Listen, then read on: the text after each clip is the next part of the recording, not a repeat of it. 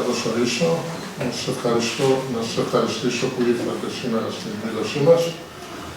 I would like to welcome you all and thank you for coming tonight at our event.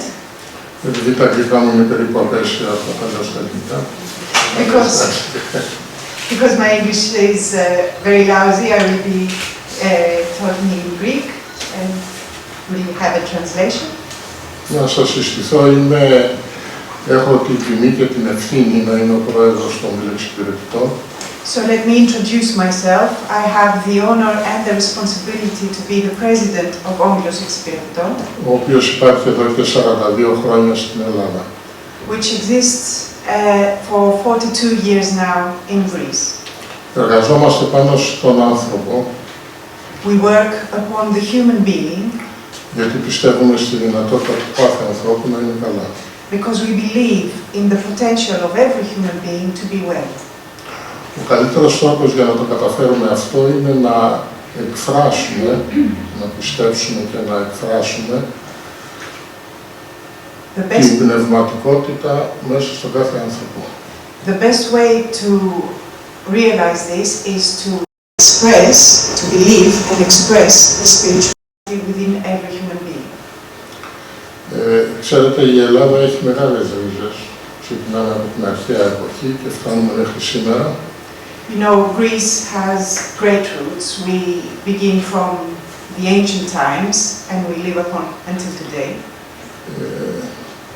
Αν σκεφτούμε λίγο ποια είναι τα πρώτα ακούσματα που έχει ένας άνθρωπος όταν γεννιέται, θα δούμε ότι το πρώτο άκουσμα είναι από τους γονείς του, μητέρα, πατέρα και τους δύο μαζί. So if we think about what are the first sounds that one hears when one is born. So the first sounds are what he or she hears from the parents. Και το δεύτερο είναι από τη Βυζαντινή Μουσική, από τον ιερωμένο, ο οποίος δίνει την ευχή στο παιδί στις 40 μέρες για να βγει στην κοινωνία. And the second sound is from the priest. It's from the priest who gives the blessing to the child to be baptized and go out to the society. Η Βυζαντινή Μουσική, δηλαδή η εκκλησιαστική μουσική, είναι άμεσα συνδεδεμένη με τον Έλληνα από την αρχαία εποχή. So Byzantine music, this church music, is directly linked to the Greek person from ancient times. Κατά μία έννοια, ο Έλληνας βλέπει μέσα του τον ιερέα σαν το συνεχιστή του αρχαίου σοφού, με την γενιάδα και το χιτώνα, ας πούμε, το ράσο.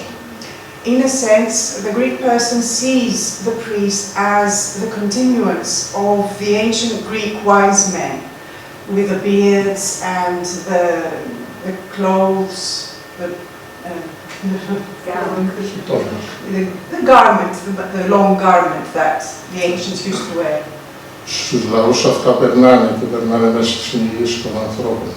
These things pass into the people, into the conscious of the people.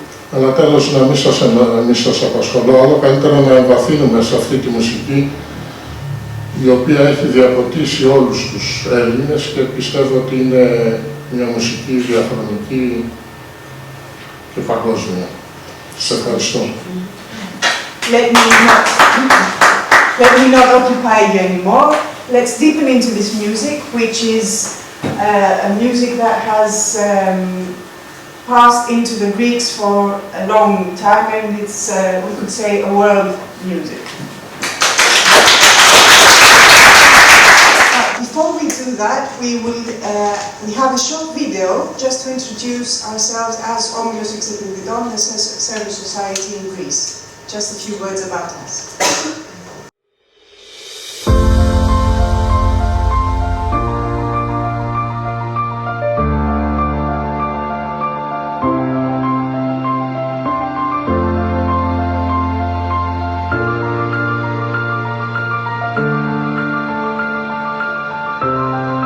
Who we are.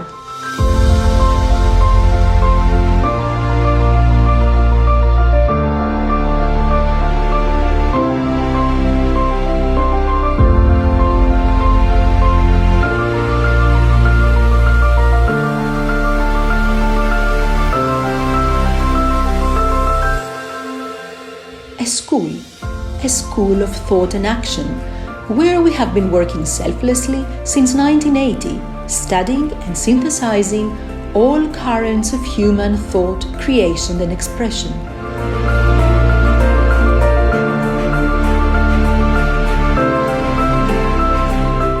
The aim? To discover their essence and implement it in everyday life in order to improve it.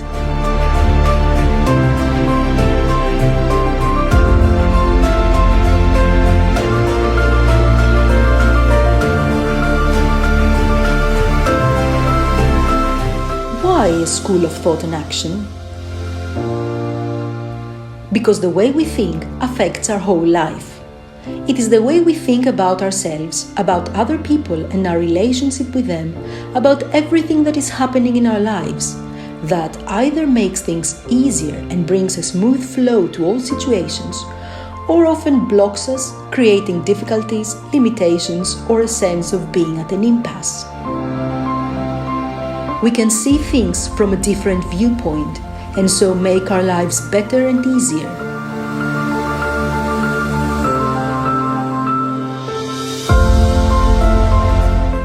We can experience the everyday constant miracle, which is up to us to create for us and the others around us.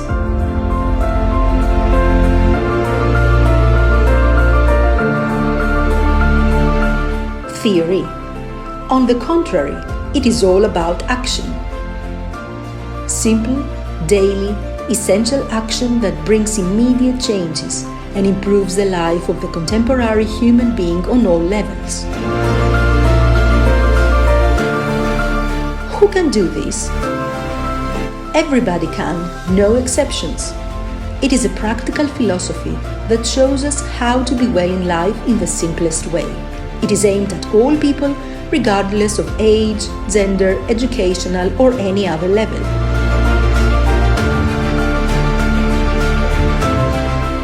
How is it done? Well, very simply, of course, through the groups and activities of Omilos. Groups for the study of the self,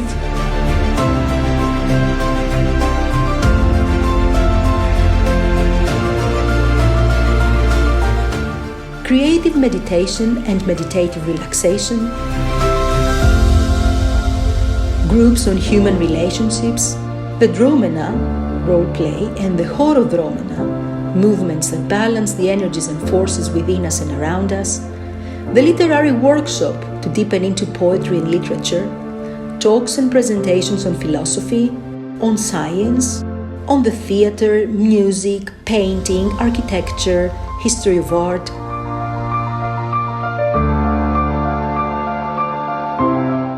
groups for children and teenagers. All our activities are carried out exclusively on the basis of selfless service. The work of Omilos also includes the publication of books on poetry, human relationships, philosophy and others in Greek, English and Turkish, the participation in international literary and scientific academic conferences where we present the work and philosophy of Omilos,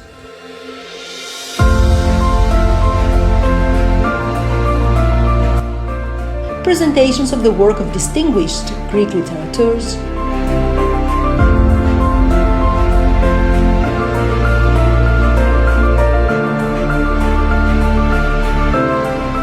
organizing talks and seminars in Greece and abroad, which aim at the betterment of everyday life and human relationships.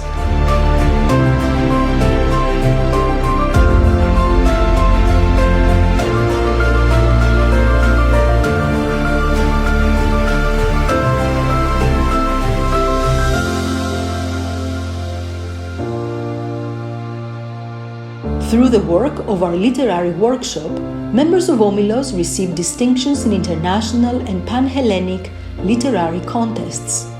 Indicatively, we mention the first worldwide prize at the 22nd World Congress of Poets, the third international award at the third International Literary Contest by the organization Nostos regarding the Parthenon marbles.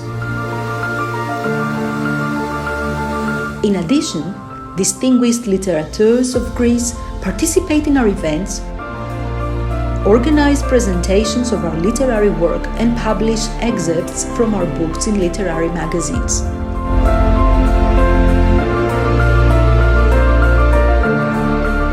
Always on the basis of selfless offer, we also give theatrical performances at institutions for children, at hospitals and orphanages, donate books to various institutions such as schools, correctional facilities, public and university libraries, etc., carry out regular blood drives and maintain a blood bank to cover the needs for blood,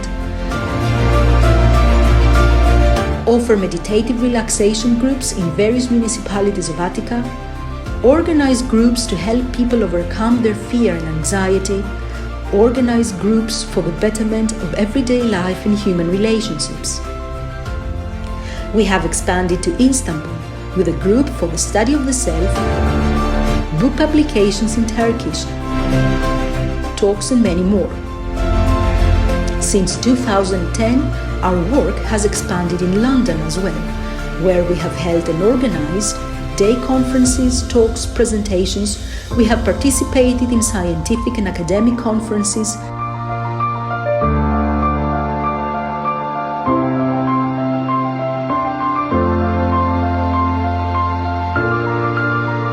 TV interviews, and various other activities.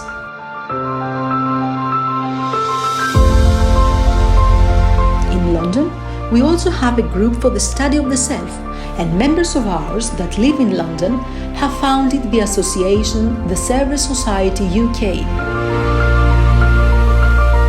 Together with the association, we carry out a group for the study of the self on a weekly basis, groups of meditative relaxation 4 times a week online and in person, discussion groups on human relationships and well-being, as well as meditation groups which are open to all, cultural events at the Hellenic Centre, of which Omilos is a member,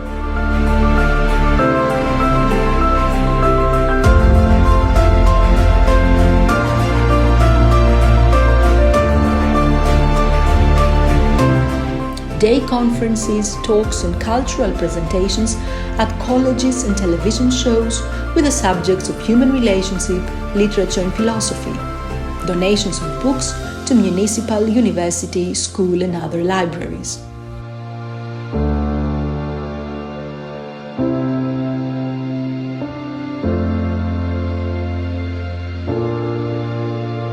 Where and when to find us? You can find us 365 days a year, 7 days a week. We are always here for anyone who wants to contact us.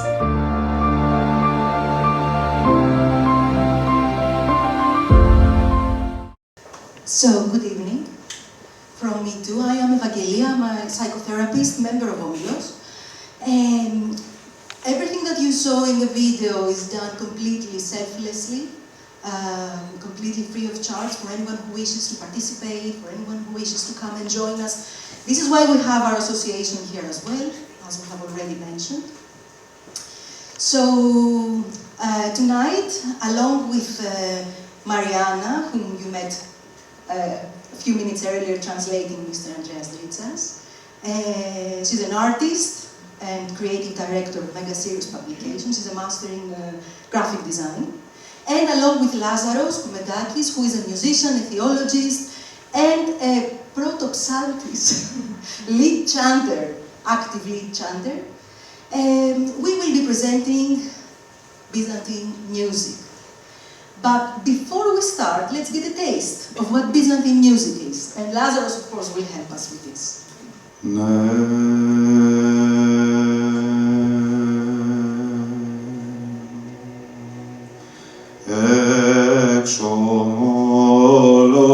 Εξομολογήστε το Κυρίο ότι αγαθός, αλληλούια, ότι εις τον αιώνα το έλεος αυτού, αλληλούια. εξομολογήστε το Θεό των Θεών. Αλληλούια.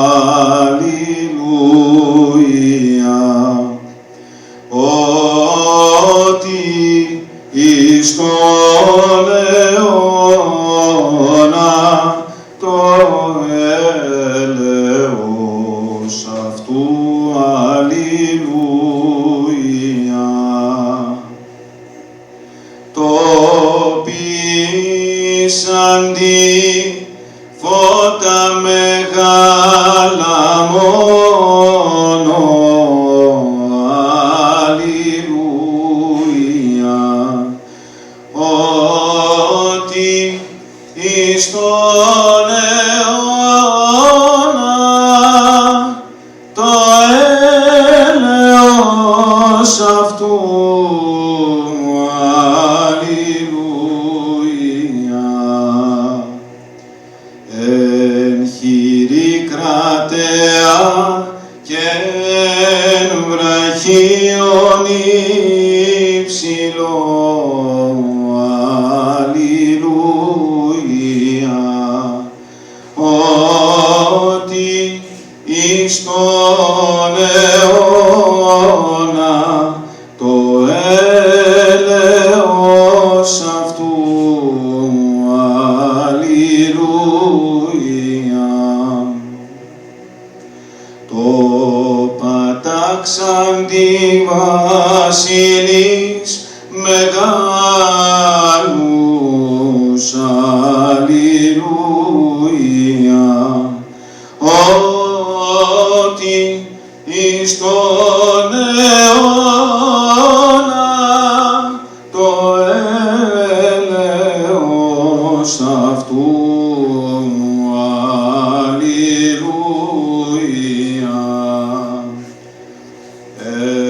Εξομολογήστε το Θεό των Θεών. Αλληλούια. Ότι στον αιώνα το έλεος αυτού.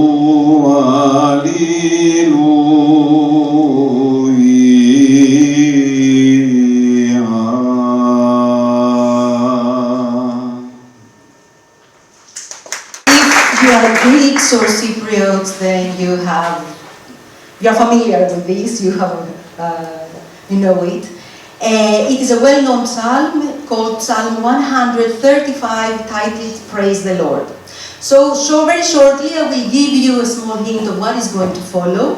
In the first part of our presentation, we will be presenting some historical elements and the basic characteristics of Byzantine music.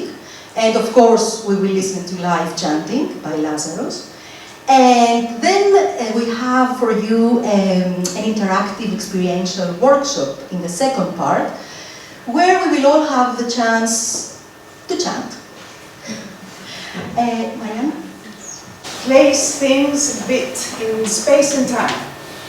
So Byzantine music takes its name from Byzantium. Byzantium was an ancient Greek colony. It was founded around 667 BC in the location where we find Istanbul today. It was named Byzantium after its founder, Byzantus, who, according to myth, was allegedly the son of Poseidon and grandson of Zeus. Of course, Byzantine music was not developed then, at that time, but later on, when the Roman Empire gave way to the Byzantine Empire, and this happened around 330 AD.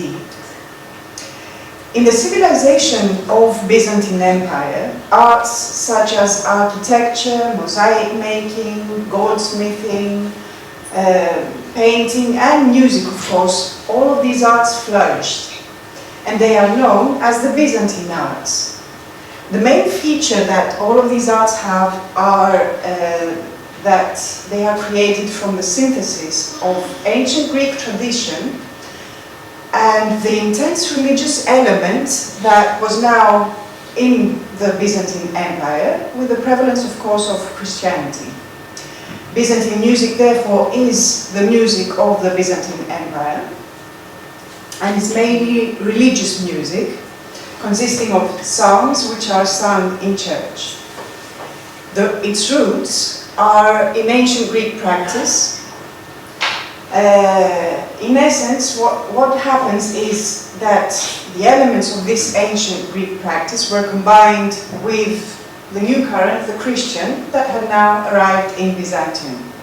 The language used in hymns is the Greek language. It's actually what we call the Hellenistic κοινή, or common language. This is an old version of Greek, which was used, spoken from the late 4th century BC until the 5th century AD.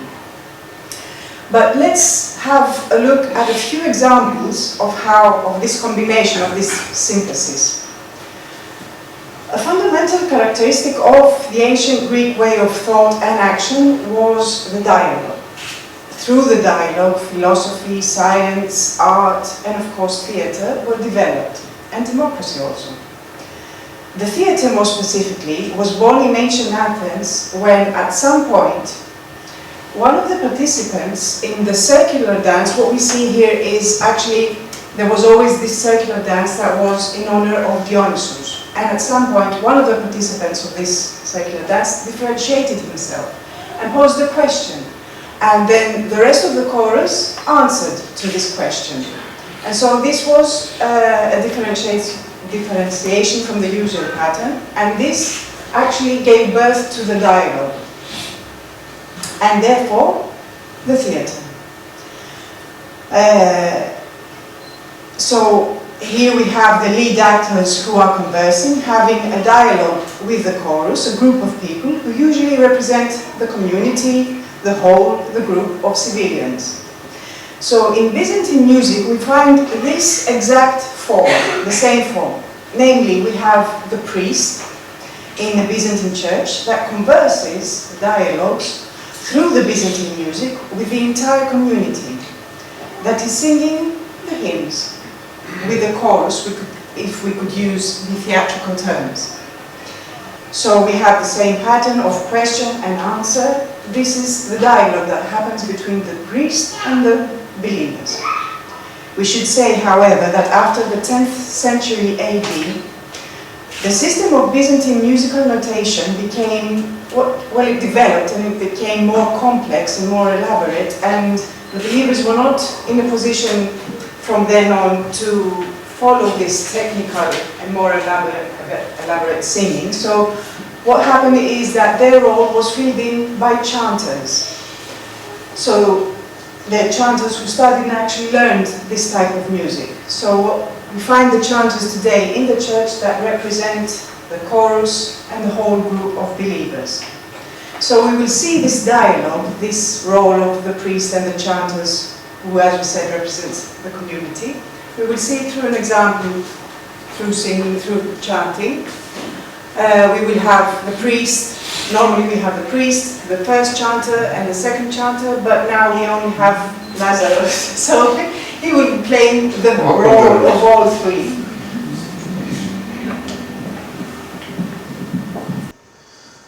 Ότι πρέπει σοι πάσα δόξα, τιμή και προσκύνησης, το Πατρί και το Υιό και το Αγίο Πνεύματι, νυν και αεί, και εις τους αιώνας των αιώνων. Αμήν.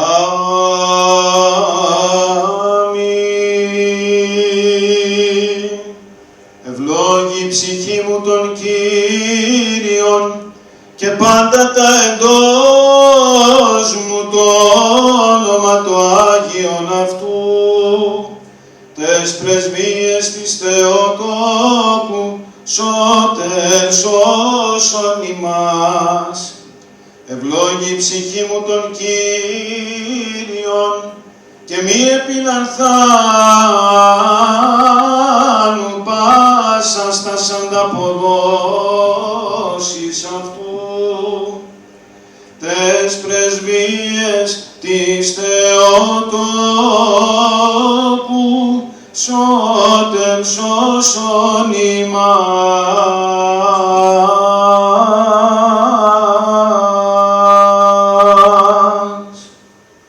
Ότι σών το κράτος και σου εστίν η βασιλεία και η δύναμις και η δόξα του Πατρός και του Υιού και του Αγίου Πνεύματος, νυν και αεί και εις τους αιώνας των αιώνων.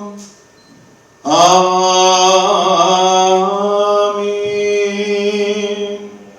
Εν η ψυχή μου των Κύριων, ενέσω Κύριον εν τη ζωή μου, ψάλω το Θεό μου έως υπάρχω. Σώσον ημάς Ιε Θεού, ο Αναστάς εκ νεκρών, ψάλλοντας η Αλληλούια. Μακάριος σου ο Θεός Ιακώβ, βοήθος αυτού η ελπίς αυτού, επικύριον των Θεών αυτού. Σώσον ημάς Ιε Θεού, ο Αναστάς εκ νεκρών, ψάλλοντας η Αλληλούια.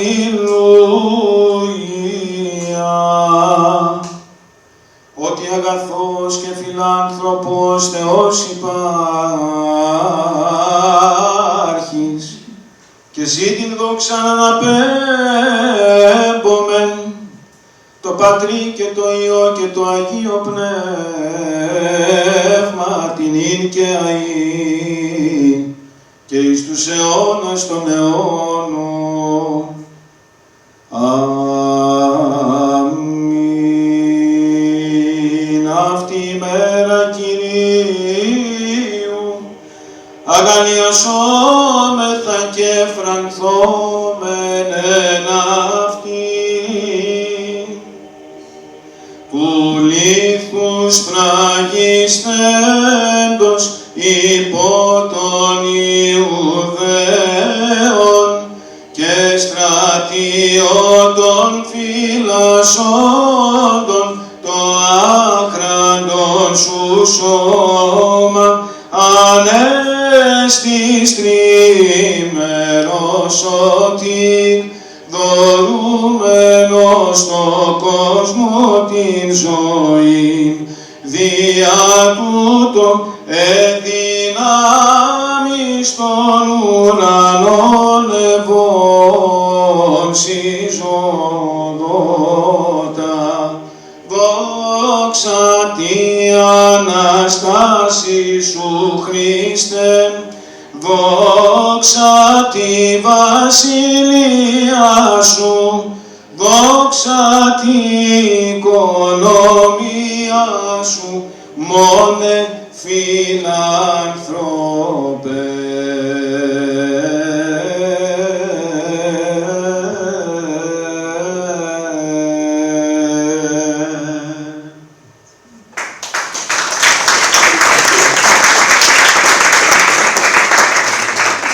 So as you can see, it's a dialogue. The priest begins, and then the right chanter replies first, and then the left chanter replies afterwards. And this pattern repeats itself until the last part, which is a hymn for the resurrection of Christ. I don't know how do you find it so far? Because either you're so focused, or you like it that much, or you don't like it at all.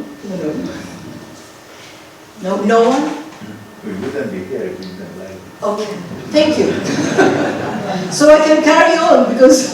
I can tell you, we learn more about this subject tonight. And it's really interesting. Thanks, because it was troubling me. I didn't know what to do. Okay, we'll carry on then. Since you asked me to. Yeah. So, Mariana was saying earlier about the ancient Greek theater, how it was formed. We spoke about the dialogue.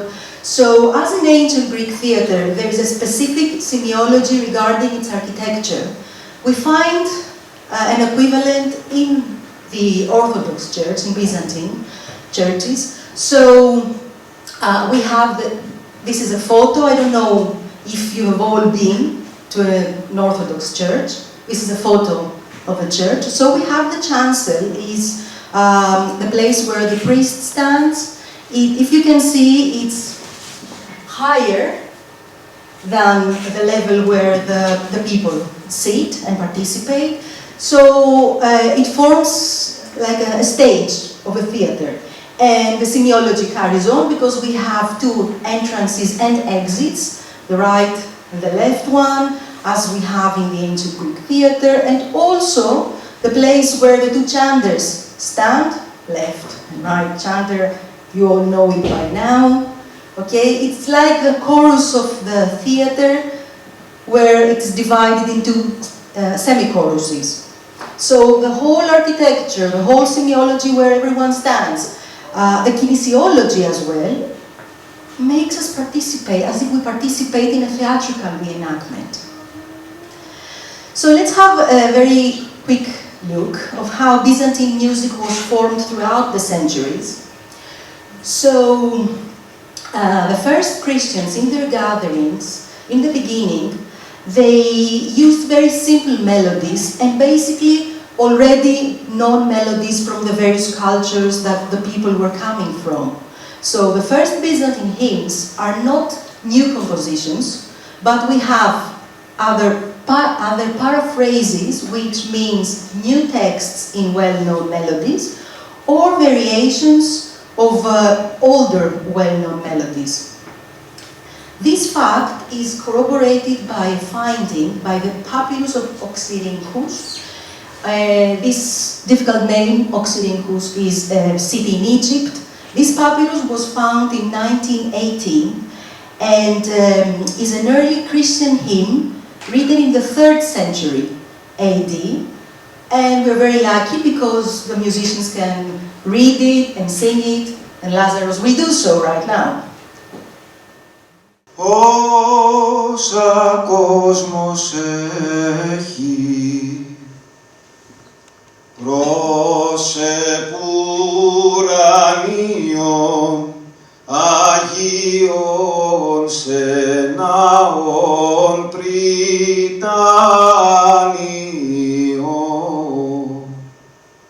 σιγάτο μη δάστραφα εσφόρα λάμπεστο απολύτοντον ράδινε προχωέ ποταμών ροθιών πάσε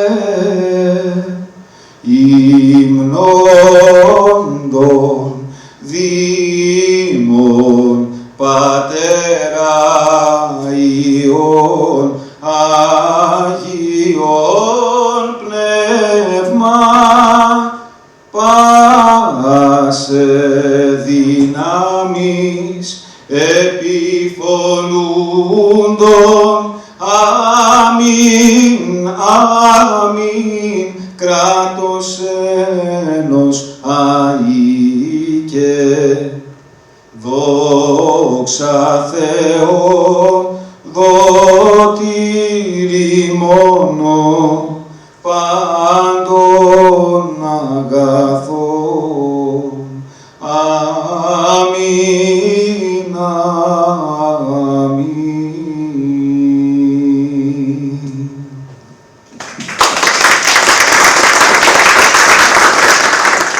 So this is an example of an early Byzantine hymn. I remind you it was written in the 3rd century AD and it was dedicated to the Holy Trinity.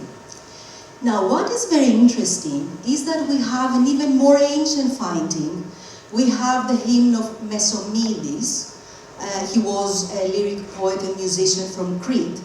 So this is a hymn written 100 years earlier than the one we just listened to, in the 2nd century AD. So it uses the same melody it uses similar lyrics, but instead of the Holy Trinity, he praises the golden-haired Apollo. Lazarus will not sing this, okay? But we have a video.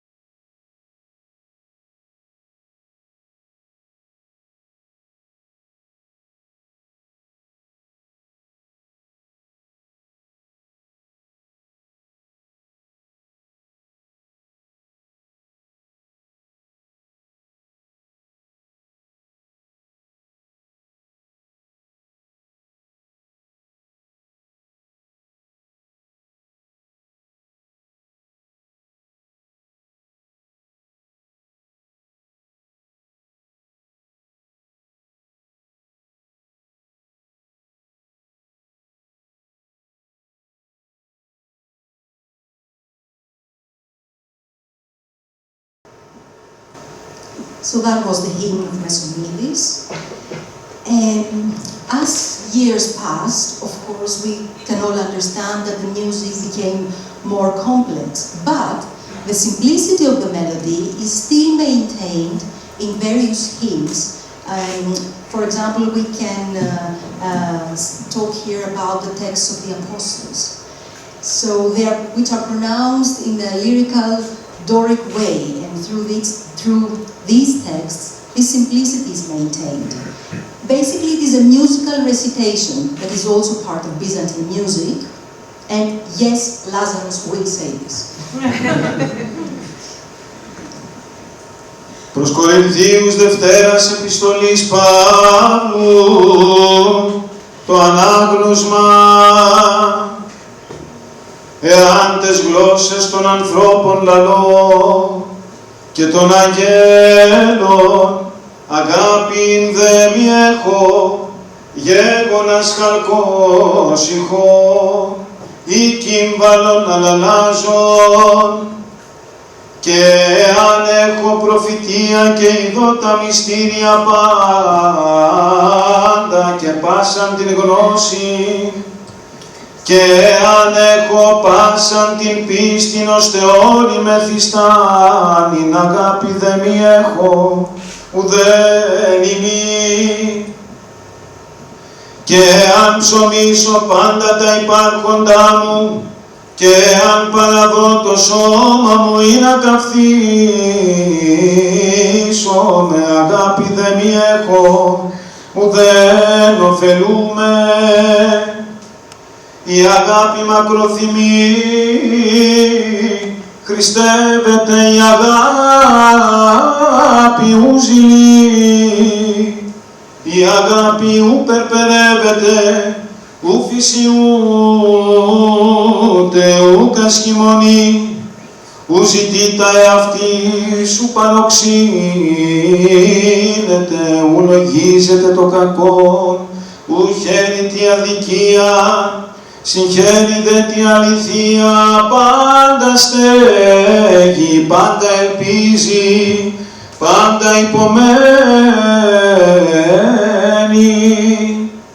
Η αγάπη ουδέποτε εκπίπτει, είτε δε προφητείε καταργηθήσονται, είτε γλώσσε πάψονται, είτε γνώσεις καταργηθήσετε, εκ μέρους δε γινώσκομεν και εκ μέρους προφητεύομεν. Όταν δέθη το τέλειον, τότε το εκ μέρους καταργηθήσετε. Ότε είμαι νήπιος, ως νήπιος ελάλουν, ως νήπιον εφρόνουν, ως νήπιος ελογιζόμουν. Ότε δε γέγοναν ήρ, κατήργη κατά του νηπίου. Βλέπομεν γαράρτη διεσόπτου ενενίγματι, τότε δε πρόσωπον προς πρόσωπον. Άρτη γινώσκω εκ μέρους μέρους τότε δε πυγνώσομεν, καθώς και πεγνώστη. Νυνή δεμένη πίστης, ελπίς, αγάπη, τα τρία ταύτα, μίζον δε τούτο,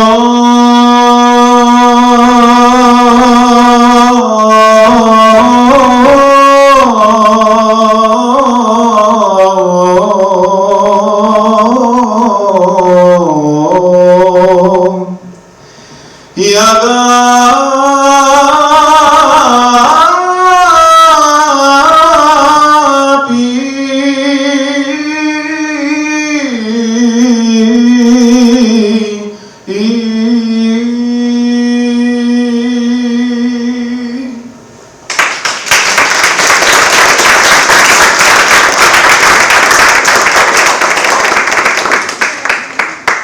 So very beautiful hymn. If you observe, it's actually a recitation in a lyrical way, a music recitation. The melody is very simple. And the lyrics very beautiful. Let's keep the greatest is love. Now we will speak about the basic characteristics of Byzantine music. Let's take a look at some of this. Byzantine music uses a complete writing and reading system called a notation system. It maintains its uniqueness against the conventional Western music, which even today use the staff. The phonetical intervallic symbols direct the movement of the voice upwards or downwards. They keep the rhythm and the metric, and essentially they guide the course of every melody. The use of the term phonetic is on purpose because Byzantine music does not use musical instruments apart from the most perfect musical instrument which all people have, our human voice. Its notation system has its own notes. The notes of Byzantine music are similar with the Western music that we can see: do, re, mi, fa, sol, la, si, do. You know from the classic music. In Byzantine music we have some new names: ni, pa, vu, ga, di, ke, zo, ni. It's one scale that we will see after. And now ni, zo, ke, di, ga, vu, pa, ni. We have 5 intervallic symbols for the ascending of the voice, and 4 for the descending, and 1 for the evenness. The different manners by which the notes are classified create the scales, which interact with one another and create the genuses, which are what we call in the music of the West major and minor scales. Moreover, the theory of the system of the modes of ancient Greek music are made in the same way and are respective to the sounds, είχε, of the Byzantine music. What is called oktoichos. It is a system of 8 modes that was established later on, and it's still used today in Byzantine music. We must also say here that the modes were classified by naming them according to the formation that they expressed, and are categorized into 3 formation genuses: the diatonic genuses, major or major genuses, the chromatic genus, trisemitone, and the enharmonic genus, minor, that we said before. Exactly as it was in ancient Greek. So these are some details about Byzantine music that maybe you are familiar with music and sheet music. These might be terms that you recognize. However, at this point, we will listen to Axiom Esteem. This is a hymn, and and its text refers to the Holy Mother. The special feature about this hymn is that it uses all 8 of the sounds that we referred to before, all the ihe. It contains all 8 of them, and just to assist you on following this particularity, we will be showing you every time that the ichos, the sound, changes, it will be in a different color on the slideshow.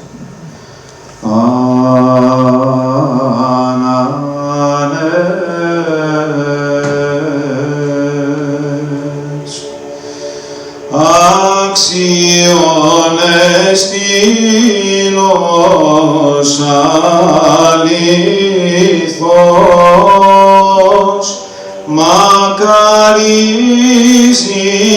σε τη Θεοτόκο,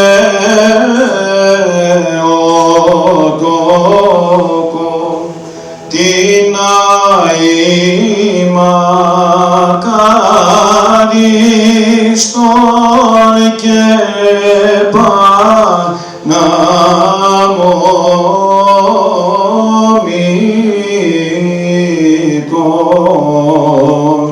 και μητέρα του Θεού ημών, την τιμιωτέρα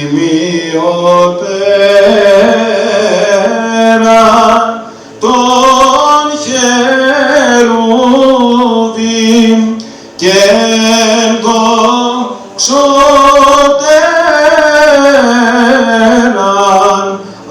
ασυγκρίτως των σεράφιμ. Την αδιαφθόρος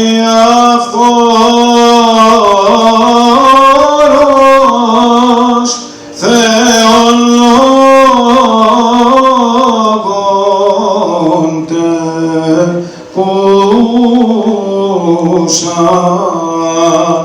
την όντως Θεοτόκον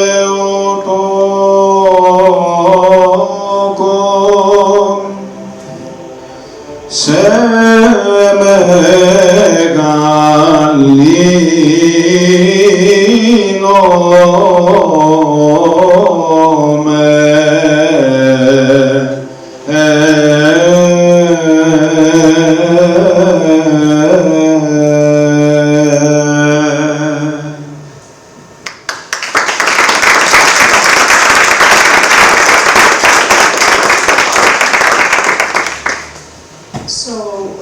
The indications given to us for the intervallic symbols that are used for the notation of this hymn, these notations begin from the middle of the 10th century.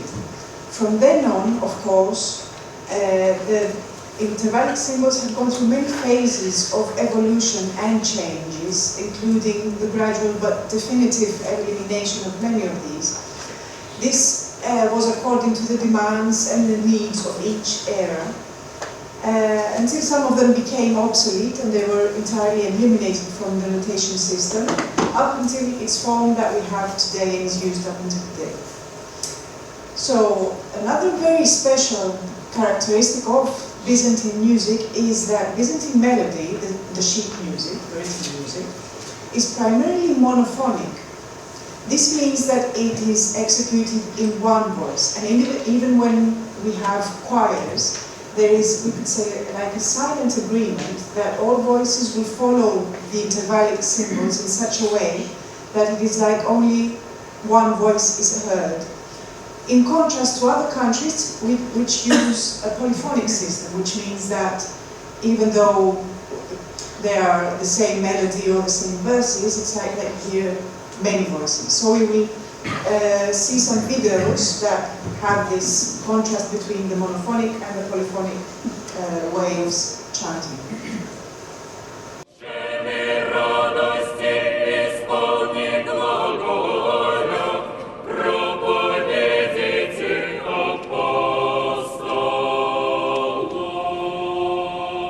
Слава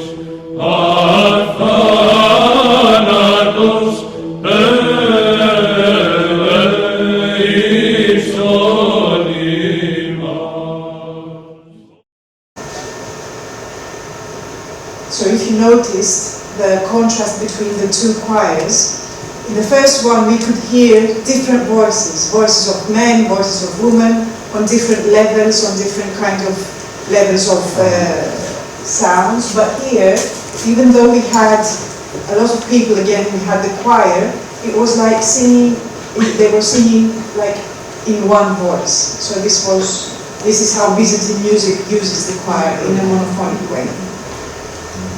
So another basic characteristic of the writing system of the Byzantine music is what we say the development. So in essence, development here means evolution. It is basically the transcription of older notation systems into newer ones. The notation, as we said before, the notation system went through many phases of changes and evolutions, eliminations of symbols and so on, until 1814, where it was finalized. So in order to understand this, we will show you two musical scores from Byzantine music that come from two different notational periods. This is the former notational period, and here we have a very condensed code. Even though it seems that it has fewer symbols, it actually has a lot more. This on the right is the notation system that we use today. So it's the same phrase, we have here the same phrase, exactly the same phrase. This is the older notation system, this is to finalize the new one that we use today. And I will try to chant this, and we can see the phrase «του σημειένε τας γραφάς». It's in Greek, okay. But we can say that here, I will try to explain this, «του you can see here,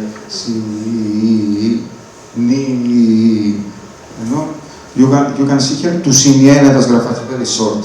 And I will try to chant this. Του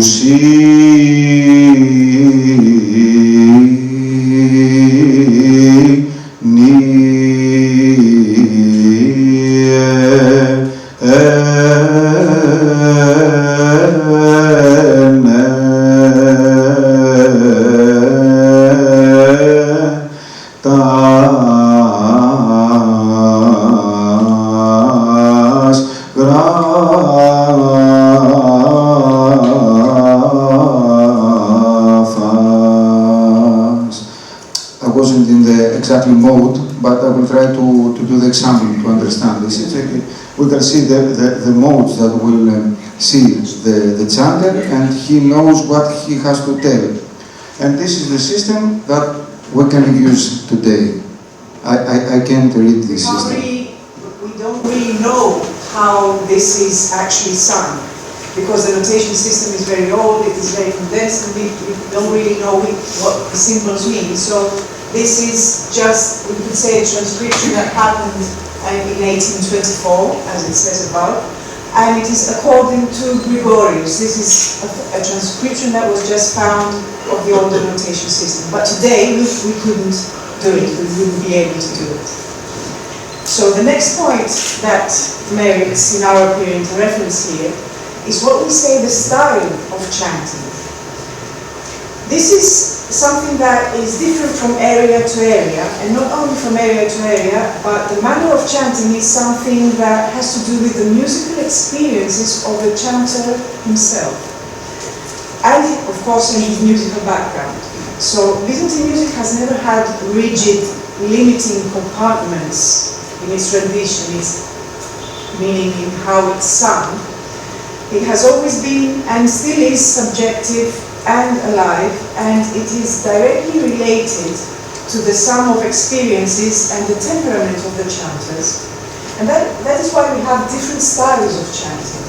We have the style of the patriarchate, we have the Athenian style, we have the style of Agio Oros, and we will hear some excerpts now from contemporary chanters, protoxartes, to see these differences that in the style of chanting. Αξιον εστιν ως αληθώς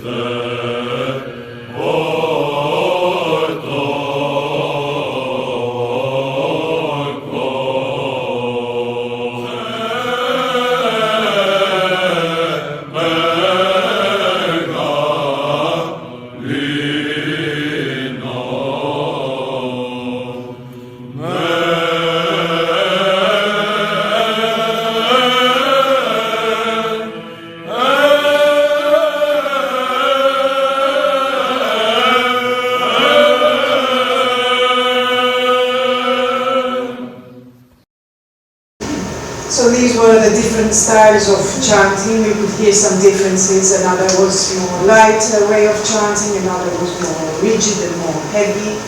But we couldn't leave out another style of chanting, which actually is more artistic, we could say, and has no particular verses. It's just a free, we could say, a free word, deridem, is used.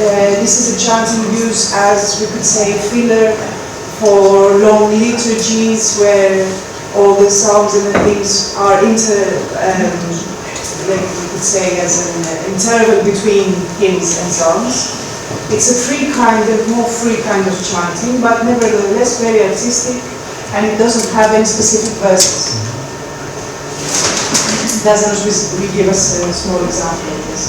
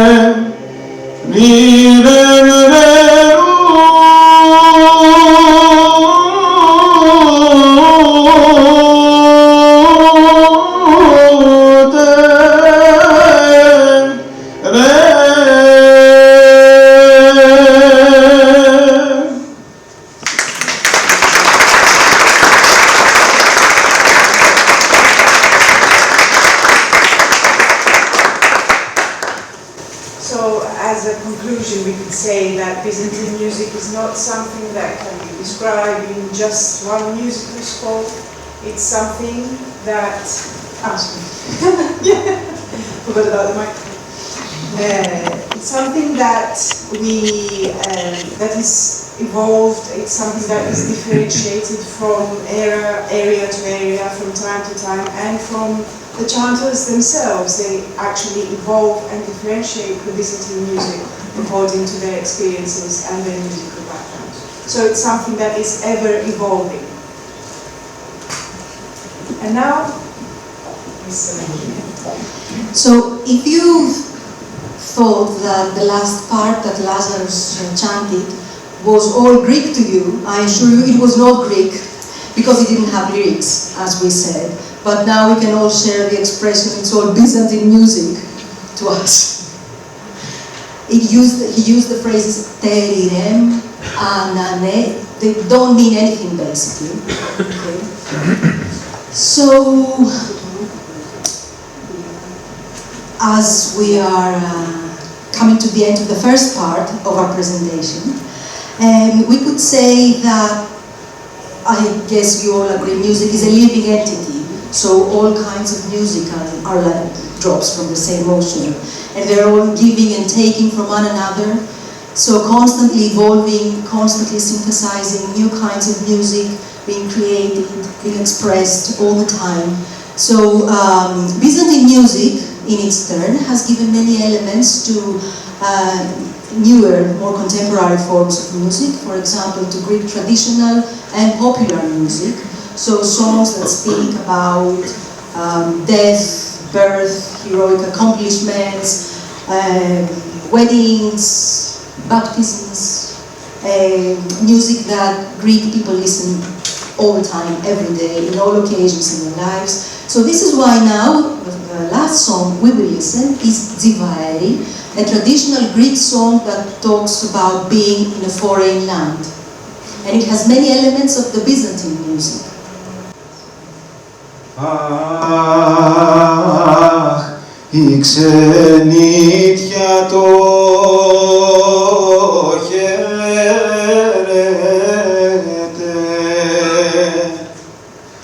Τζιβαέρι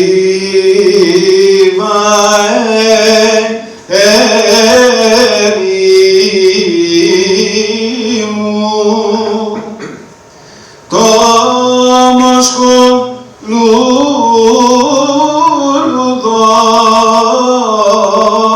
μου, σιγανά, σιγανά, σιγανά και ταπεινά, σιγανά, σιγανά, σιγανά και ταπεινά. Αχ, εγώ ήμουνα που το στείλα,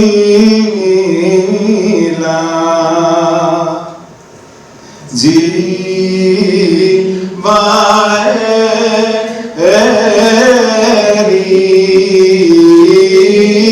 μου,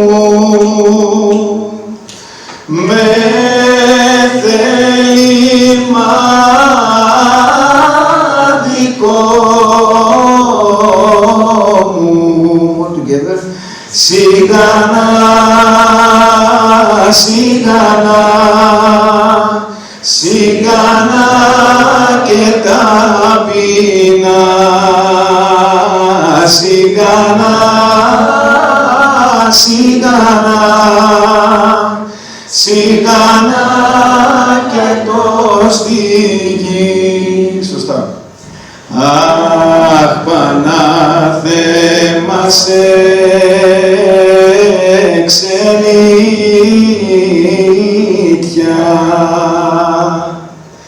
Τζιβαέρι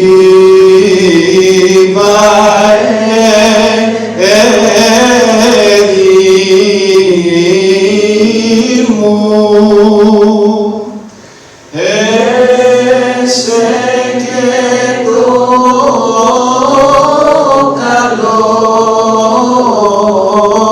σου, Σιγανά, σιγανά, σιγανά και ταπεινά. One more time, exactly. Σιγανά, σιγανά, σιγανά και ταπεινά. Μου πήρες το παιδάκι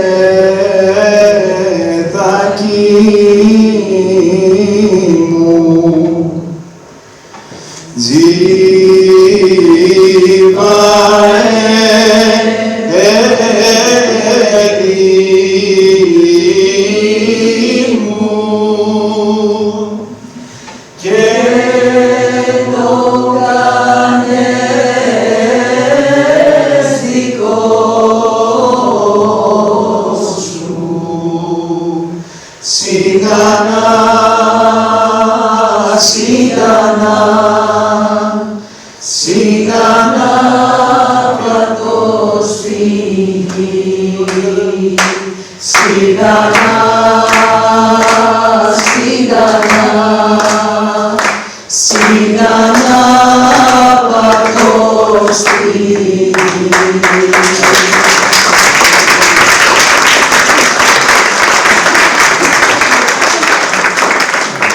And this was just warming up, because now we will chant.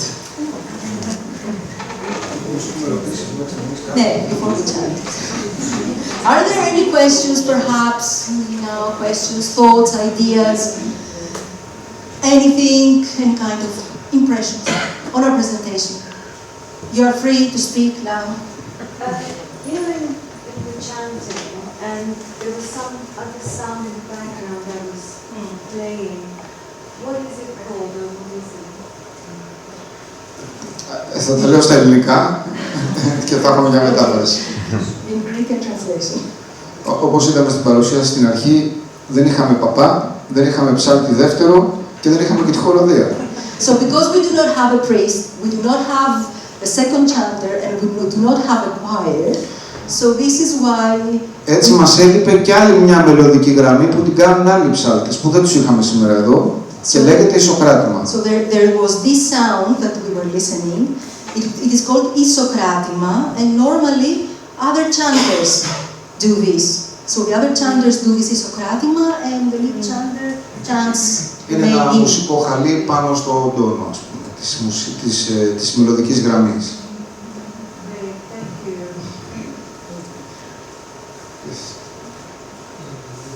Beautiful chanting. Thank you very much. Very beautiful. Why do you think the Byzantine chanting or music throughout its ancient history has not developed the polyphony? It kept monophony, which is brilliant, but why hasn't it developed the polyphony and given... Από την αρχή, από τον 10ο αιώνα που άρχισε να σχηματίζεται η σημειογραφία, άρχισε να δομείται η Βυζαντινή μουσική με μονοφωνικό τρόπο και έκτοτε έτσι καθιερώθηκε μέχρι και σήμερα. So since the 10th century, when Byzantine music, the notation of the Byzantine music started being developed and established, it was established in a monophonic way, and this continued until today. This is how they kept it. Υπήρχε μια εποχή, στο 1814 που είδαμε πριν για τη σημειογραφία, που υπήρξαν ισχυρές ενδείξεις και προσπάθειες να μπει το ευρωπαϊκό σύστημα μέσα, αλλά κάποιοι πρωτοψάλτες δεν το επέτρεψαν. So there was a time, what we saw in the presentation in 1814, in the development of the notation system, where there was this tendency, there are some indications that there was a tendency for the Western music to be synthesized, to go in Byzantine music, but there were some protopsaltes then that did not accept it. Iacobus protopsaltis doesn't let this, and Agapios Paliermos tried to do this. So yes, Mr. Dritsas is also saying that this is the continuation of the ancient Greek theater, where you had the lead, the protagonist, the lead actor, so it was monophonic basically, and it's a continuation, the Sorry, if I can add to that something very quickly. It's also part of the Byzantine culture and the Orthodoxy that all humans should sing like one voice to God. That's why the monophonic remains in Byzantine culture, because it's rooted very much. We are one voice singing to God. So the Western approaches never found a way because it's not part of the Byzantine culture. Thank you. So basically, uniting everyone. Yes, so it's one voice, one people, all kind of singing together. Κοντό στα ελληνικά.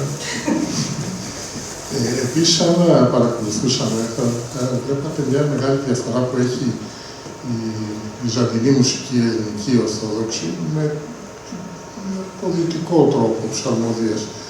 Λέει ο ψαλμοδός, ενείται τον Κύριο εν χορδές και οργάνης. Στο δυτικό πολιτισμό είναι με το όργανο. Στην Ελλάδα είναι με τις χορδές και τα όργανα. Shall we carry on? Yes, you're ready? Now it's a test. Now we will check if you were observing the presentation. You can see the names of the tribal symbols here. You don't have to learn it by heart. Okay? Αυτό που πρέπει να ξέρουμε είναι ότι αυτά τα σημάδια είναι σημάδια ποσότητας. So these are symbols of quantity regarding the chanting. Ναι, ανεβάζω και κατεβάζω τη φωνή. So how much you ascend or you descend the voice. I can see the signs. Okay. We have 5 for the ascending that we said before, and 4 for the descending of the voice, and 1 for the evenings that do the same word. You keep the same note. You don't change. You don't go up. You don't go down. You carry on the same. Okay. For our presentation today, Evangelia, yes. We will need we will need these 3 only because we are beginners. So only the one that says ascend the note, descend the note, or keep the same note. Εννοείται ότι το κάνουμε για τις ανάγκες της παρουσίασής μας και δεν είναι ορθογραφικά σωστό για όσους μπορεί να γνωρίζουν. So for those who know about Byzantine music, this is not necessarily correct in the way you would see it written, but now we just use a very simplified form to help us for this workshop. And now we have the scale that we saw before. We have this sign that's name is Oligon, and ascend our voice 1 note time. And we can see the scale. Upstairs we can see the ison, the evidence sign, that we repeat the previous note. And downstairs with this descend. Downstairs on the scale. Why? You will see. My English is Greek English. Descent of note, apostrophes λέγεται. It's the name, the called. Apostrophes, this side. Okay. It's better to chant than to speak. I will try to chant this and we will repeat all together. Νυπαβουγάδι και ζώνη. Όλοι μαζί από την αρχή, πάμε άλλη φορά. All together again. Νυπαβουγάδι και ζώνη. Και για βοήθεια να το πούμε μια φορά και με τη δυτική μουσική. Do, re, mi, fa, sol, la, si, do. Τώρα μάθαμε πώς να ανεβαίνουμε. Okay, so now we learned how to go upstairs. Τώρα θα δούμε την ισότητα. Νυπαβουγάδι και ζώνη. We keep the same note. Okay. Από την αρχή πάμε. From the beginning, yeah? Νυπαβουγάδι και ζώνη.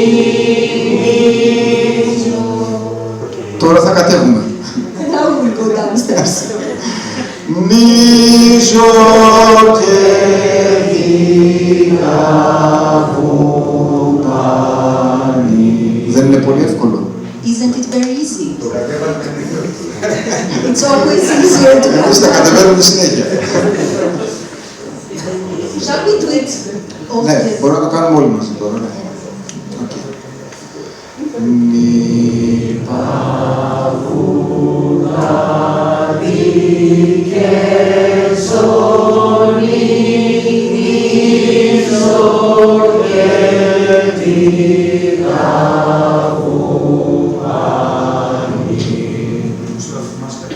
Yeah, does anyone want to try? You want to try? I don't know who wants to try. Όποιος θέλει. Ελάτε. Very easy for you.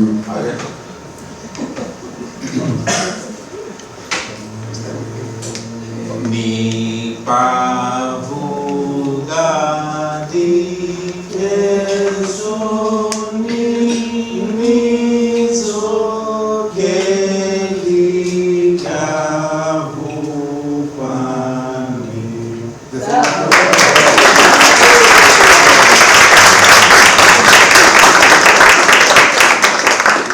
Anyone else? Anyone else who would like to try? No one. So courageous. One or two. Come in front.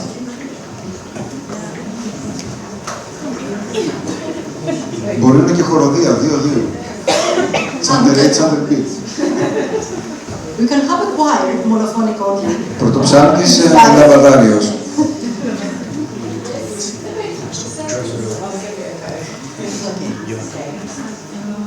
Μη παβούκα τι κεζό, νίζο και τι καβουπάνι.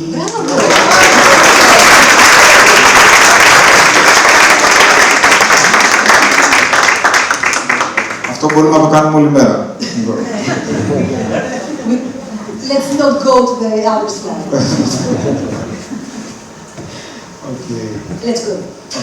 Ας προχωρήσουμε. Ωραία. Βάλουμε μας λίγο στο... Okay, just very quickly, I'm summarizing what we've said so far so that we go to the next level of chanting. So we have the three symbols that show us to ascend one note, to descend one note, or to keep the same note. And we have the notes, okay, the one that we were singing now. So, in the right part, we see what the chanter reads. Okay. I think what the chanter reads is the third line. But the first line is like when someone goes to a school to learn how to chant, the first thing that he would see is the first line. Από τα πολλά σημάδια που δεν βάλαμε για την παρουσίαση, αφήσαμε ένα. So from the many symbols that we didn't use in the presentation, we just left one symbol. This is the symbol of martyria. This one, basically this one shows από πού ξεκινάει ο ψάλτης και πού σταματάει, πού βρίσκεται η μελωδία. Where the chanter starts from, the note that the chanter will start from, and where he will finish. Και κάτι άλλο πολύ σημαντικό που είπαμε πριν για τους ήχους, δείχνει τον ήχο. And it also shows which ichos. Remember we said about the 8 sounds, the 8 ichi. So it's the chanter, when he sees a sign like this, knows which ichos he will use and from which note he will start chanting. Now with this symbol we will use ni. Από εδώ θα ξεκινήσουμε. So here it's the N, the Greek letter, small n. Για βοήθεια έχουμε κάτω και τις νότες. Γράψει για να μας βοηθάνε τώρα να κάνουμε σκονάκι. So the chanter knows that he starts from ni. This is ni. This is ni. Okay, I'm short. Okay, we will try together. We see the three signs of Ernest. Ίσον. Πότε. Ni is the phrase that I will begin. νι, νι, νι, πα, βου, πα, νι. Very easy.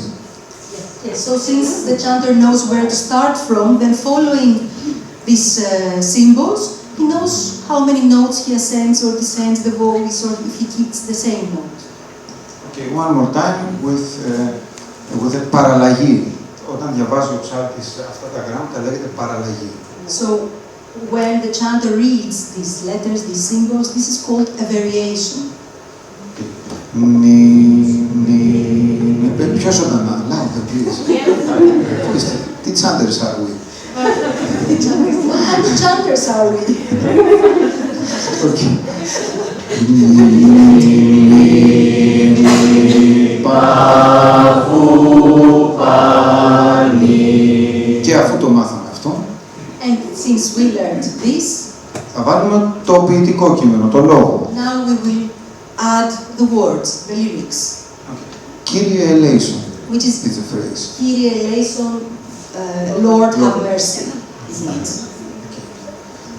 We have Κύριε ελέησον, δηλαδή Κύριε ελέησον. This is metrophonic. We will put music. Κύριε ελέησον.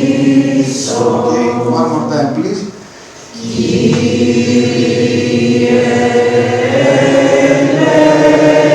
ελέησον. Θα λέμε όλοι μαζί το μέλος και εγώ θα λέω την παραλλαγή. Okay, so we will all sing the melody, and Lazarus will sing the variation on top. 1, 2, 3, 4.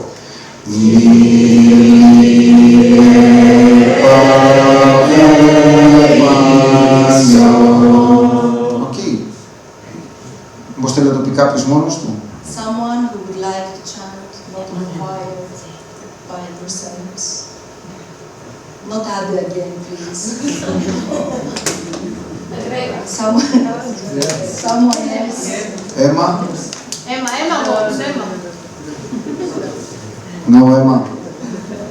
Why Emma? Okay. Μπορούμε να Let's προχωρήσουμε. go to the next phrase. The next phrase that we have here is παράσχω Κύριε. It means provide us, O Lord. We have the same melody. We begin from Ni again. Ni, ni, pa, vu, pa, ni. Πολύ ωραία. One more time, please. Ni, ni, pa, vu, pa, ni. One more time, please. Okay, very good. You want? Okay. Πάμε, one. Ni, ni, pa, vu, pa, ni. And with lyrics here, παράσχου Κύριε. Παράσχου Κύριε. Okay, πάμε μία πίσω. Μαζί Κύριε ελέησον and after παράσχου Κύριε. Κύριε ελέησον, παράσχου Κύριε. Very good. And we have the next level. We have the priest. Do you remember the dialogue that we were talking about? Now you will practice it. So we have the priest, chanter A and chanter B. Lazarus won't have to do all the roles in this case because we will learn how to do the two chanters. Okay. Θα μιλήσω παπάς μετά. Yeah, of course, the priest goes first. Εν ειρήνη του Κυρίου δεηθόμεν. Κύριε ελέησον. Κύριε ελέησον. Πληρώσομεν την δέησιν ημών το Κυρίο. Παράσχου Κύριε. Ωραία, μπορούμε να το δούμε πάλι μια φορά.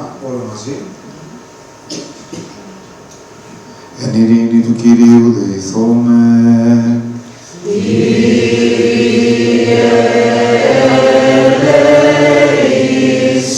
Πληρώσομεν την δέησιν ημών το Κυρίο.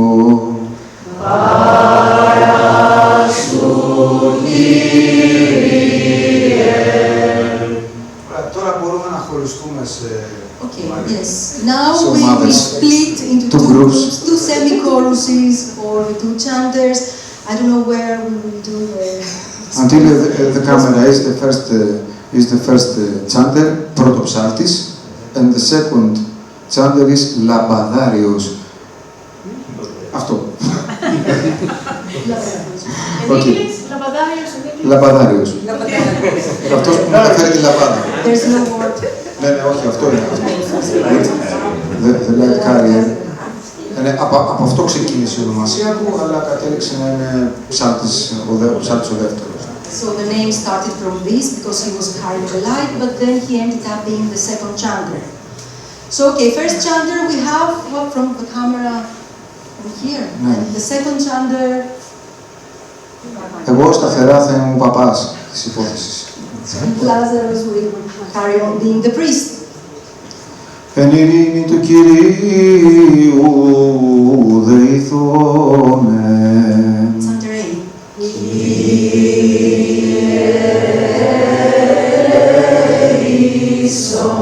Πληρώσομεν την δέησιν ημών το Κυρίο.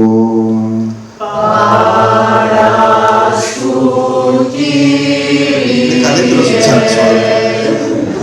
Chanter A was better. Chanter A was better. There are more people, that's why.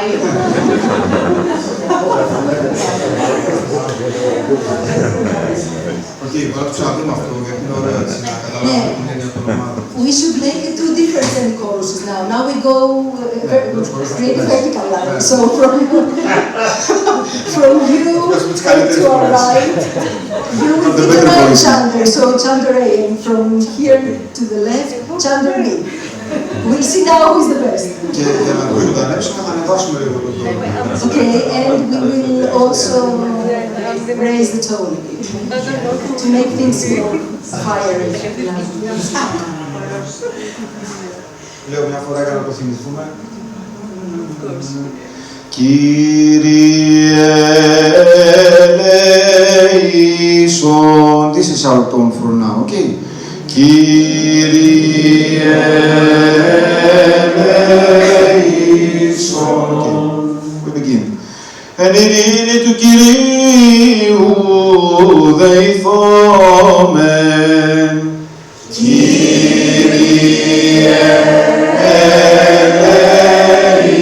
ελέησον. Πληρώσομεν την δέησιν ημών το Κυρίο. Παράσου Κύριε.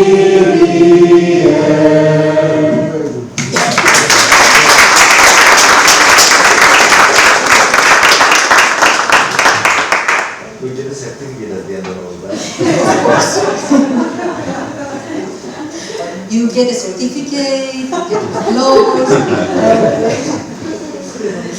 You are all now free to go out and start chanting. You can join our groups, our activities, our winter seminar in Christmas, over Christmas holidays. We can do some more singing, chanting, various things, talk about many issues. Ίσως αυτό που πήραμε όντως το πρώτο μάθημα που μαθαίνει κάποιος που ξεκινάει την εκδήλωση είναι από αυτό το μάθημα. Είναι το πρώτο μάθημα. Lazarus says that what we did today is actually one of the first lessons that someone who starts Byzantine music lessons would do.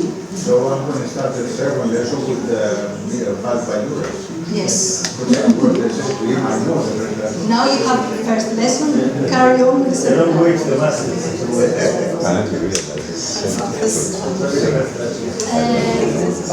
I don't know, you chanted, apart from listening to us, you also chanted. How was this experience for you? Because this is what we want to do basically, not just give some knowledge of Byzantine music. It's because in all school academies, school music, universities, people study Byzantine music.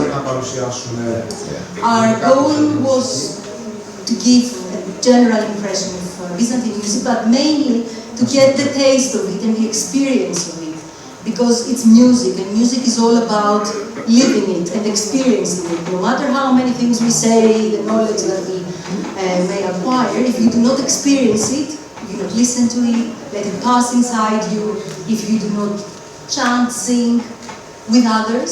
Και να νιώσουμε πως είναι η ομάδα, η χοροδία δηλαδή, τα πολλά άτομα που βλέπαμε πριν. And Lazarus also adds, for all of us to experience the group, the choir, how it is to sing with the others. Okay.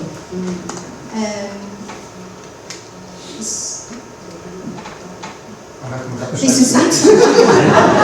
From us, we don't have any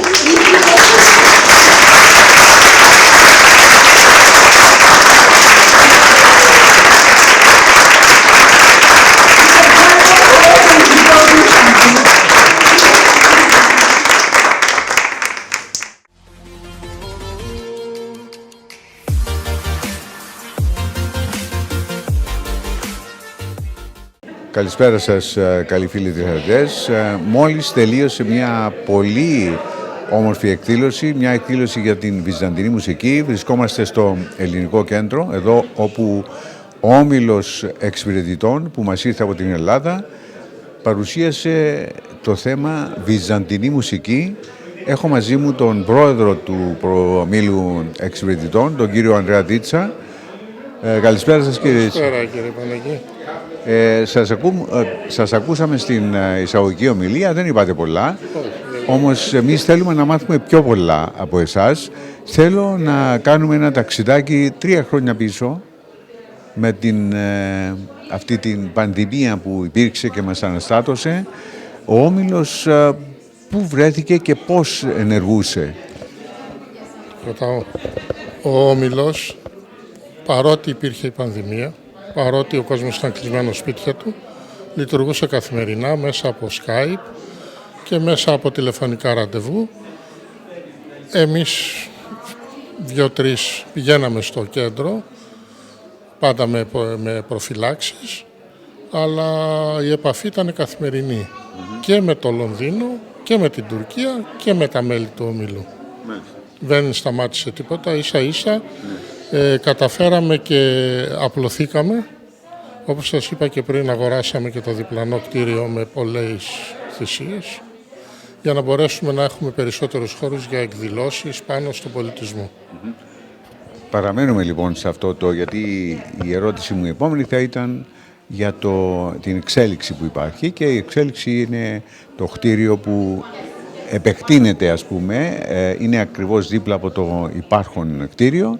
Και ποιες είναι οι προοπτικές σας και τι ακριβώς έχετε στα σχέδιά σας? Θα αυξηθούν ίσως υπηρεσίες? Θα αυξηθούν οι εκδηλώσεις που θα κάνουμε, γιατί, προσέξτε, αυτό το κτίριο, έλεγε ο ιδρυτής του Ομίλου, πάντα πρέπει να πάρουμε το δίπλα όμιλο. Πάντα το λέγαμε το δίπλα όμιλο. Αλλά δεν υπήρχαν χρήματα. Τώρα καταφέραμε και πήραμε όλοι μαζί δάνεια τις τράπεζες. Το αγοράσαμε, έχουμε φτιάξει 2 πολύ μεγάλες αίθουσες, 70 τετραγωνικά η κάθε μία, ώστε να γίνονται πολλές εκδηλώσεις πάνω στον πολιτισμό για να φαίνεται και να προάγεται το έργο που γίνεται στην Ελλάδα, του πολιτισμού. Δηλαδή πρέπει να αναπτύξουμε, να δείξουμε τον πολιτισμό που παράγει η χώρα, να μην λέμε μόνο τα αρνητικά. Μάλιστα. Και το ίδιο κάνετε και ερχόμενοι εδώ στην Μεγάλη Βρετανία, όχι μόνο κρατάτε τον πολιτισμό μέσα σε κλειστό κύκλο, αλλά αυξάνεται εδώ τα μέλη σας, το ακροατήριο σας, οι θεατές που έρχονται και παρακολουθούν, και όχι μόνο Έλληνες αλλά και ξένοι, έτσι. Οι περισσότεροι είναι ξένοι και μπορώ να πω ότι είμαι χαρούμενος, γιατί αυτή η εκδήλωση που έγινε σήμερα Είναι στην ουσία η πρώτη εκδήλωση που κάνει το Association, το Όμιλος UK, Όμιλος London. Είναι η πρώτη εκδήλωση που γίνεται σε συνεργασία με τον Όμιλο της Ελλάδας. Ναι, ναι. Και έχω προσέξει ότι υπήρχαν, και είναι ακόμα εδώ ο κόσμος, υπήρχαν αρκετοί ξένοι. Και υπάρχει το Association εδώ, το οποίο κάνει κάποιες εκδηλώσεις από μόνο του. Το Association έχει μία φορά τη βδομάδα μια συνάντηση από κοντά και δίνει χαλαρώσεις 4 φορές τη βδομάδα. Και όλα αυτά βέβαια είναι ανιδιοτελώς, έτσι δεν παίρνει κανείς χρήματα. Λοιπόν, παραμένω σε εσάς, μην σταγωγέστε, θα έρθω και κοντά σας. Παραμένω σε εσάς και άκουσα, γιατί ενημερώθηκα από μια προηγούμενη συνέντευξη που είχαμε με την Ευαγγελία, ότι γράφετε το πρώτο σας βιβλίο. Γράφω το πρώτο μου βιβλίο, το οποίο θα εκδοθεί ελπίζω μέχρι τα Χριστούγεννα, και ο τίτλος του είναι «Και ακατόρθωτο δεν υπάρχει». Το ξεχνάω πάντα. «Και ακατόρθωτο δεν υπάρχει». Όλα δηλαδή είναι εκατορθωτά. Ναι, όλα είναι εκατορθωτά, το αποδείξαμε με την αγορά του κτηρίου. Ναι. Από εκεί βγήκε ο τίτλος. Ναι. Κύριε Τρίτσα, πέστε μου, πού κινείστε, τι είναι το θέμα του βιβλίου, έτσι, δώστε μου περισσότερες λεπτομέρειες. Θα μπορούμε μέσα στην καθημερινή ζωή να είμαστε καλά. Με ποιον τρόπο πρέπει να βλέπουμε τα πράγματα στη ζωή, πώς πρέπει να τα αντιμετωπίζουμε, αν πρέπει να αποφεύγουμε ή πρέπει να ζούμε μέσα σε αυτά και να βρίσκουμε τις λύσεις. Με πολύ απλές είναι ομιλίες στην ουσία που έχω κάνει, κύριε Παναγή. Πολύ απλές ομιλίες για το πώς μπορούμε στην καθημερινότητά μας να είμαστε καλά. Μάλιστα. Απλοποιήσουμε δηλαδή τη σκέψη μας. Ναι. Και επομένως να απλοποιήσουμε και τον τρόπο λειτουργίας μας στην καθημερινότητά μας. Ανυπομονώ να το διαβάσω ειλικρινά. Να είστε καλά. Ευαγγελία. Ναι, καλησπέρα. Καλησπέρα. Πάντως τον τίτλο το βρήκε η κυρία Γιώνη. Πολύ ωραίος τίτλος, πάρα πολύ ωραίος Ευχαριστούμε, τίτλος. να είστε καλά.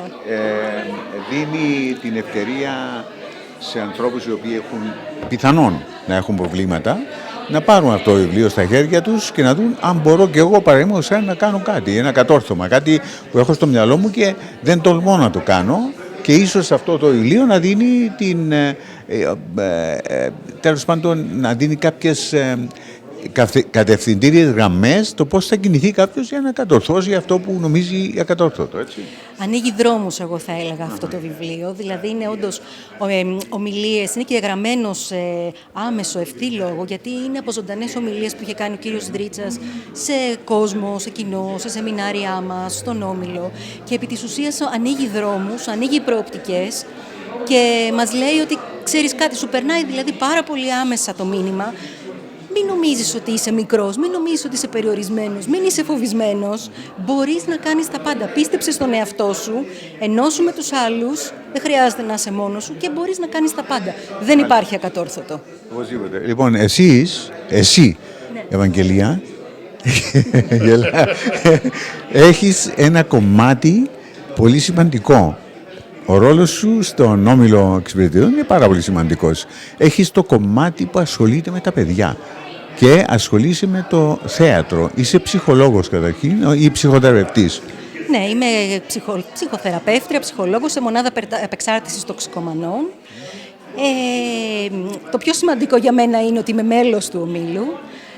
Κάποια στιγμή, επειδή αγαπάω και το θέατρο, αλλά μαγεύτηκα πάρα πολύ από το κομμάτι της ανιδιοτελούς προσφοράς του Ομίλου. Δηλαδή, τη θεατρική ομάδα υπάρχει από την ίδρυση του Ομίλου, από το 1980. Επειδή μαγεύτηκα πολύ από το τι σημαίνει να δίνεις χωρίς να ζητάς τίποτα και πόσο αυτό σου φέρνει ισορροπία, πόσο αυτό σου φέρνει χαρά, πόσο αυτό σε γεμίζει, κάποια στιγμή ζήτησα εδώ από τον κύριο Δρίτσα αν μπορώ να αναλάβω αυτό το κομμάτι του ψυχαγωγικού της θεατρικής ομάδας. Σχεδόν 10 χρόνια τώρα είμαι υπεύθυνη της θεατρικής ομάδας και όντως πηγαίνουμε σε ορφανοτροφία, σε νοσοκομεία, σε ιδρύματα για παιδιά και για ενήλικες με διάφορες αναπηρίες, δυσκολίες νοητικές, συναισθηματικές, και παίζουμε την παράστασή μας εκεί εντελώς δωρεάν, ανιδιοτελώς. Φτιάχνουμε μόνοι μας κουστούμια, σκηνικά, τα πάντα όλα εσείς ξέρετε, πολύ καλύτερα.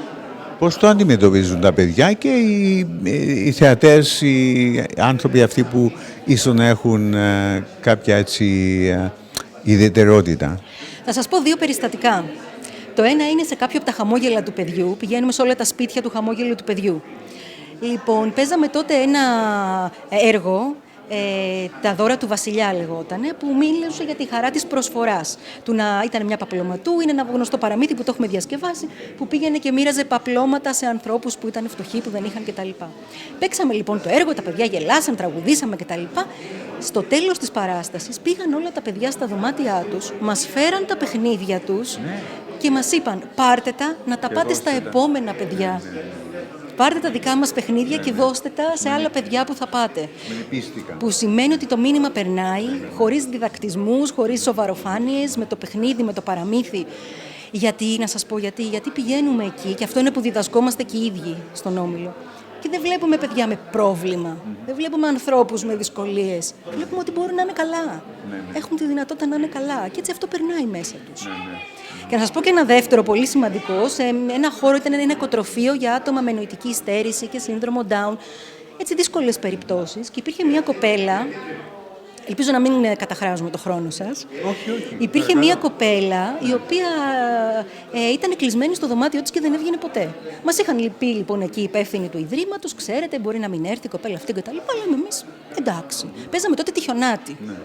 Λοιπόν, και της είπανε, άμα θέλεις... Λοιπόν, ναι, και της είπανε, άμα θέλεις, έξω θα έρθει η πριγκίπισσα χιονάτη και τα λοιπά. Γιατί ήταν κλεισμένη στο δωμάτιό της και έβλεπε μόνο παραμύθια με πριγκίπισσες αυτή η κοπέλα. Γύρω στα 40.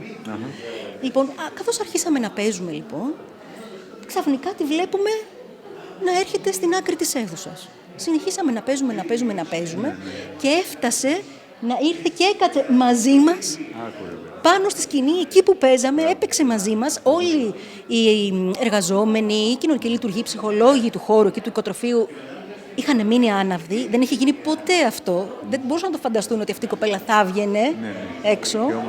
Και όμως βγήκε και ήρθε και έκατσε μέσα στη μέση της σκηνής.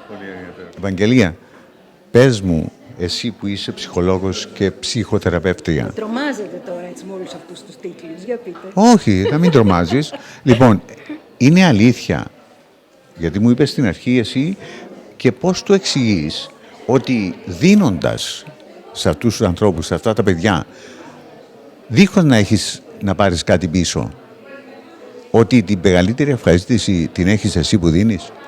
Λοιπόν, πώς το εξηγείς αυτό? Θα σας πω. Καταρχήν δεν θα σας απαντήσω ούτε ως ψυχολόγος, ούτε ως ψυχοθεραπεύτρια. Ξέρω ότι με ορίσατε, αλλά αυτή τη στιγμή θα σας μιλήσω καθαρά ως μέλος του Ομίλου και θα σας πω ότι ο κύριος Δρίτσας είναι καταλληλότερο να σας πει, γιατί αυτός μου το έχει διδάξει και εμένα. Ναι.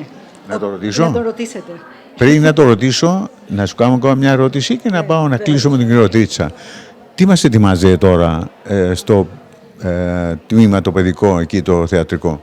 Τώρα θα παίξουμε λίγο ακόμα το τελευταίο μας έργο, το «Μια γραμμή και μια τελεία» και είναι η θαύμα ιστορία. Αυτό το έργο είναι ολοκληρωτικά δικό μας, δηλαδή για πρώτη φορά το έχουμε γράψει εμείς, δεν είναι κάποιο παραμύθι που έχουμε πάρει, που έχουμε διασκευάσει, αλλά είναι δικό μας έργο, το έχουμε γράψει, μιλάει για το να βλέπουμε όλη τη ζωή σαν ένα θαύμα. Η γραμμή και η τελεία είναι το θαυμαστικό, το να θαυμάζουμε τη ζωή και δίνει το μήνυμα σε κάθε παιδί ότι είναι ένα θαύμα, έτσι ακριβώς όπως είναι, να αγαπήσει τον εαυτό του. Θα παίξουμε λίγο ακόμα αυτό, γιατί με την πανδημία δεν πήγαμε σε όλα τα ιδρύματα. Θα μας... θα έκανα την ερώτηση. Ναι, θα το... η ερώτηση μου είναι, θα μας το φέρετε και εδώ? Ο σκοπός είναι να το φέρουμε και εδώ. Και ο σκοπός είναι να έρθετε και εσείς στην Ελλάδα να παρουσιάσουμε το έργο σας, κύριε Παναγή. Σας το είπα και πριν. Ωραία. Λοιπόν, τώρα, απαντήστε μου σε αυτήν την ερώτηση που δεν μου απαντήσε η Ευαγγελία. Η ερώτηση είναι εξής.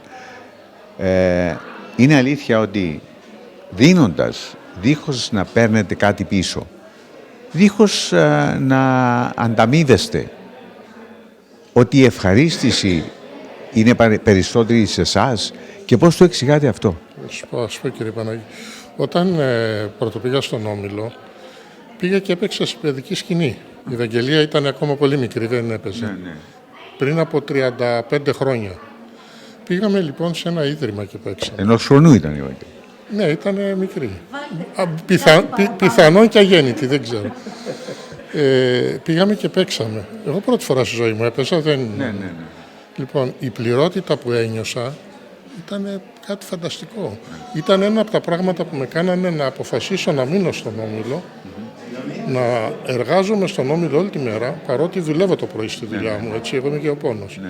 Να δουλεύω στη δουλειά μου το πρωί και να πηγαίνω μετά το απόγευμα μέχρι το βράδυ, 11, 12, 1 η ώρα το βράδυ, και να συζητάμε με τον κόσμο, να προσπαθούμε να βοηθήσουμε και όντως να έχουν βοηθηθεί πάρα πολλοί άνθρωποι. Φυσικά και παίρνουμε την ευχαρίστηση ότι βλέπουμε ότι αυτό που βιώσαμε εμείς, το βιώνουν και άλλοι. Και μπορεί να είναι καλά. Σας ευχαριστώ. Να είστε καλά. Ευχαριστώ πολύ. Και εγώ ευχαριστώ. Ευχαριστώ, Ευαγγελία. Και εμείς ευχαριστούμε που ήρθατε. Να είστε καλά. Και στο Επανεδίν. Στο Επανεδίν. Ευχαριστούμε.